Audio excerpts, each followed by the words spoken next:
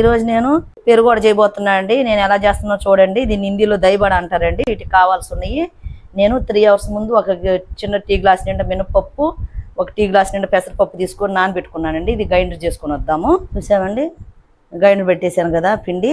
ఇది కొంచెం baking soda అండి, కొంచెం సాల్ట్, బాగా ఇలా కలుపుకొని మనం ఒక 10 మినిట్స్ రెస్ట్ ఇద్దామండి పిండికి. గ్రీన్ చట్నీ కండి కొత్తిమీర, పుదీనా, 2 పచ్చిమిర్చి, అల్లం ముక్క చిన్నది, నెక్స్ట్ కొంచెం సాల్ట్ అండి. మనం గ్రైండర్ చేసుకొని వద్దాం. ఇదండి గ్రీన్ చట్నీ పట్టాను. స్వీట్ చట్నీ అండి. స్వీట్ చట్నీ అంటే కట్టా మీట్ అంటారు ఇది హిందీలో. దీనికి మనం ఫస్ట్ బెల్లం వేసుకోవాలి. చింతపండు రసం తీసి పెట్టానండి.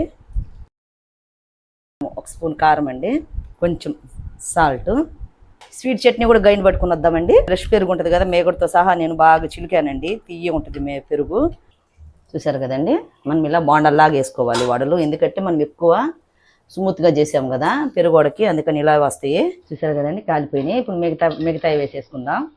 ఇలా సన్న మంట మీద ఇలా కాల్చుకోవాలండి. చాలా బాగుంటాయండి, మీరు కూడా ఇలా ట్రై చేసుకోండి. ఇప్పుడు మనం గోడచ్చి నీళ్ళు తీసుకున్నాం కదండి, ఈ వడలన్నీ వేడి నీళ్ళల్లో వేసేయాలి మనము. మెయిన్ పాయింట్ ఇదేనండి. మనము తీసిన వెంటనే గోరువెచ్చ నీళ్ళల్లో వేసామనుకో ఈ వడలన్నీ బాగా స్పాంజ్ లాగా అవుతాయండి. చూసాం కదండి. ఇప్పుడు మనము పెరుగోడ కదా, మనము పెరుగు బాగా అప్లై చేసేసుకోవాలి. నెక్స్ట్ గ్రీన్ చట్నీ అండి. ఇప్పుడు స్వీట్ చట్నీ అండి. స్వీట్ చట్నీ వేస్తున్నాను.